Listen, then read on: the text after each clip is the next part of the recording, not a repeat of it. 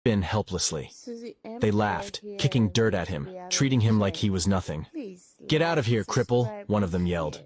"You're dirtying the place with your pathetic begging." Chuka's heart pounded in his chest, his anger boiling. He could easily stand up, fight back, and show them who he truly was. But he bit his tongue, gripping the arms of his wheelchair as he endured their abuse. It was one of the hardest moments he had faced since he left his father's home. As he sat there, tears of frustration and humiliation pricking his eyes, he heard Neka's voice. "Leave him alone!" Neka rushed over, standing between Chuka and the group of men. Her face was flushed with anger, her hands trembling. "How can you treat someone like this? You should be ashamed of yourselves." The men hesitated, clearly caught off guard by her sudden outburst, but they quickly shrugged it off, laughing as they walked away, muttering insults under their breath. Neka turned to Chuka, her eyes filled with concern. She knelt beside him, touching his arm gently. "Are you okay?" Chuka swallowed hard, his heart aching. He didn't deserve her kindness. He wanted to tell her everything right then and there, but the words still wouldn't come. He needed to be sure. He needed to see if her love would truly stand the test of time. As the days went by, rumors about Chuka and Neka spread like wildfire through the village. People whispered about Neka's foolishness, wondering why a beautiful girl like her would waste her time on a crippled beggar. They laughed behind her back, mocking her for falling in love with a worthless man.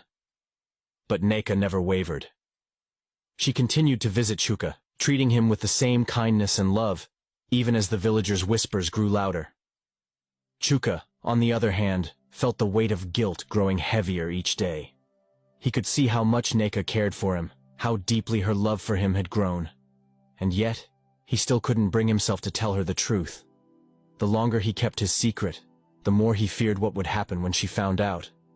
Would she be angry? Would she feel betrayed? Or would she love him all the same? Chuka knew that he couldn't keep up the charade forever. He had to make a decision. Either reveal the truth, or continue to test Neka's love. But before he could make up his mind, fate intervened. One day, as Chuka sat in the marketplace, a terrible storm rolled in. The sky darkened, and rain began to pour down in sheets. People ran for cover, but Chuka couldn't move fast enough in his wheelchair.